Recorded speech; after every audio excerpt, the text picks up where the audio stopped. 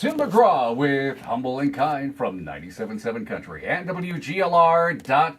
14 minutes past 10 o'clock, and we've been promising you this morning a very special guest stopping by, and we are glad that we can introduce Deana Carter. I was looking at the list of things: singer, songwriter, performer, something that has a nice ring to it, Grammy nominee. Yeah. Right? Yay! Very cool. Makes me want to get up in the morning. Absolutely. No. Welcome to the Tri-States. Thank you. Thanks so much for having me. I know we're very excited about having you in the area. Tonight you're performing at the Mystique Casino in the Cabaret Room. And Yes. we want to get into your current album and all the things about Deana Carter. Tell us what they would expect tonight, though, if they are going to stop by your show.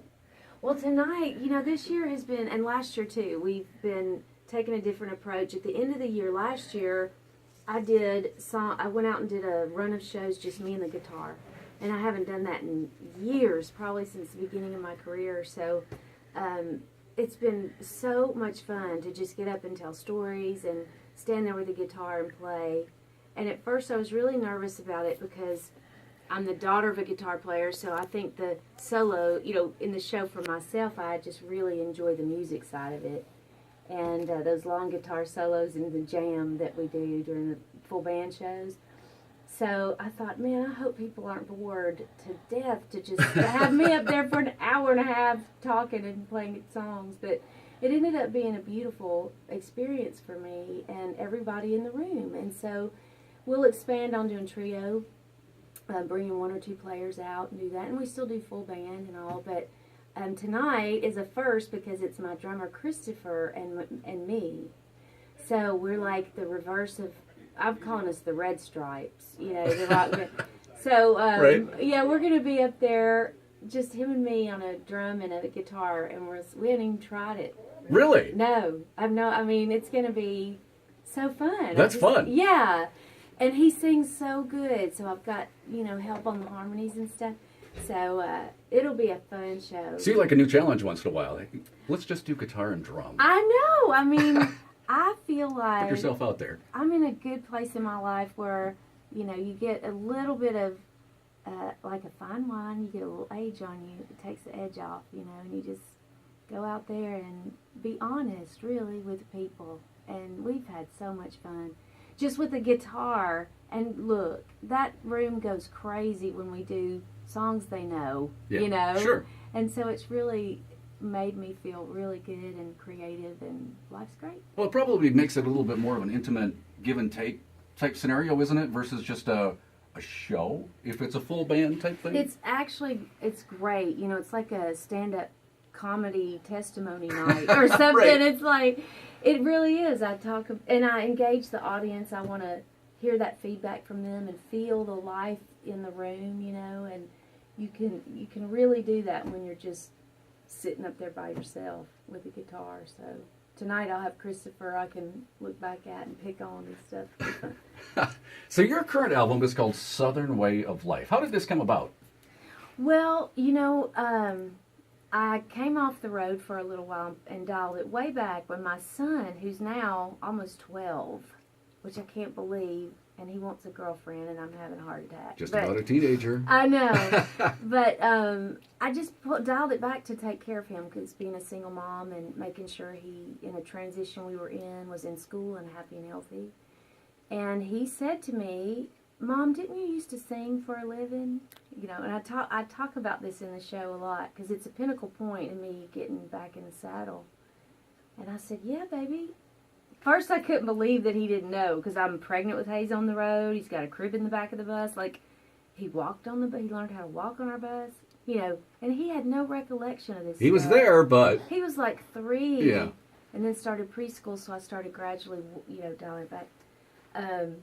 And he said, well, Mama, what happened to you? Did you get fired? And I said, no, baby, I didn't get fired. I just had... And so he said, well, I like it when you sing to me, and I think people would like to hear you sing again. Wow. And it was the sweetest thing. And so I said my prayers extra hard one day. I say them every morning. And that day I was just wanting to know, what do I do? Get my master's degree, go back and work in a hospital, or do I get back in the saddle and really work hard at getting back on the road and everything? And I wrote a song called Do or Die right there in my kitchen floor. And couple weeks later, I got a call that Kenny Chesney had recorded You and Tequila, a song that was 10 years old. Oh, is that right? Because Really? we had that song was on my record for Arista with Joe Galani, the I'm Just a Girl record. That song, if you go to iTunes, you find my version from Really? 2004. Oh, cool. And so, yeah, I mean, crazy. So there you have it. It was just like God's answer to me was, I'm going to give you the opportunity in a big way again with Matresa from Strawberry Wine. Right. And to go back to CMAs, ACMs, Grammys, like, I couldn't believe it. I couldn't believe he cut it. I couldn't believe it was a single. Then I couldn't believe it was, like, top of the charts. Then I couldn't believe, I mean, it was just blessed beyond belief. So here I am in your station this morning. Right. Well, that's an awesome story. And the cool thing I like about this, with you being a songwriter, and you just as you're sharing your stories now, even about the one song on the album, going back through, I was looking through the lyrics in the songs on this album, and you're very open. What's that like when you obviously just opened up and put it on paper? Yeah. About things that were going on. It's a very personal album, it seems like. Thank you. Well, you know what? Strawberry Wine was about the most personal song on earth. Sure. And that was my life story. You know, I related to that song like no other, and I hope that I'm always personal. I hope so. I hope that I can always be that voice that and have fun being personal. My Legs was very personal, but it was fun, right? Mm-hmm. So thank you for that, because I want to always, as an artist, I don't ever want to just sing stuff that may go right by you. You know, I want it to kind of snag your heart a little bit in a good way, or a pensive way, or, a deeper way. So that's a big compliment. Now, but what's it like when you have, if you've gone through and written, I'm sure is it a longer process for you, or are you one that can sit down and just boom, you put a song out, you can put it on paper right away? You know what? I don't like a song to go past a day. Really? When we're songwriting, it's got to come out that day and us finish it. At least the full content of the song. Now we may demo it 2 months later or 6 months. That drives me crazy too, because it's like, let's get this done so we can move on. But yeah, if we don't finish a song in a day, it's most likely not going to get done.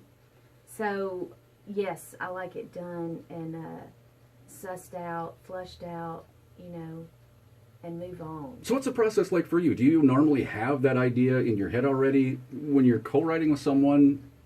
How's that process work? I always think that's amazing, how you can sit down and you can bounce things off of each other. Is that how you like to do it, or what's the process like for you? It's funny because I speak in lyrics all the time.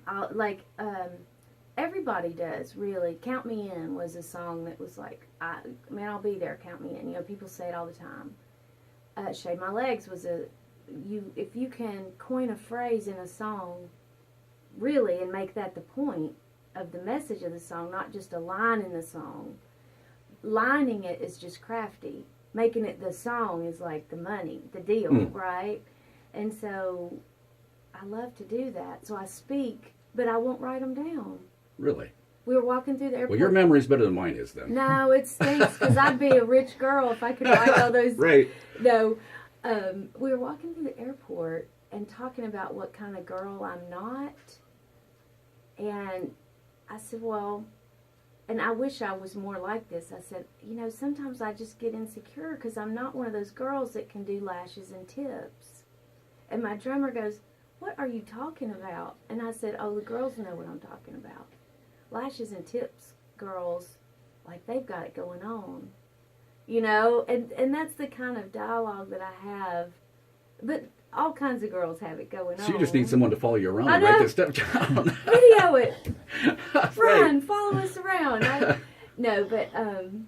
So I just talk like that a lot. I try to write about that stuff. So I'm thinking, I'm going to put that in a song. So I noticed that on the album, the take you have on certain phrases, there's certain words in the titles of the song that you could actually push a lot of different ways, and I guess if you can even work that and keep them on their toes as to what does it Yeah. mean in the song. Yeah. It's really interesting. Thank you. You know, I'll Save My Love for You is a song. I love that song so much, and it reminds me of Minnie Riperton, like 70s, you know, do, do, do, do. I mean, I love, but I wrote that song about having a white wedding the second time around, waiting to be intimate with your partner on your wedding night, the second marriage. What a concept. And I'd already had a child, you know. I lived that. That was something, and people's minds are just blown that I would put that in a song. I didn't put that like blatantly in the song, but around the interviews of the song, I talk just like I'm sitting here right now. It's possible to heal your life, and look, that marriage didn't work. So now I'm like, well, come Right. see, come saw. What do I do? Uh-huh. But it's important. That process in my life healed my heart on a lot of levels, and it was important for me to write about that and be really vocal publicly about that being an option. Waiting, honoring each other, that is an option in life. So my songs mean a lot. You know, it's not just about being on the radio and trying to top the charts and having a big career. It's like, this stuff's for reals, peeps. You know? It's very real. Well, thank you, Deana Carter, joining us in studio this morning at 97.7 Country WGLR. I tell you what, we're going to play one of the songs off of your current album. Yay! And you mentioned it. It's Do or Die. Deana Carter on WGLR.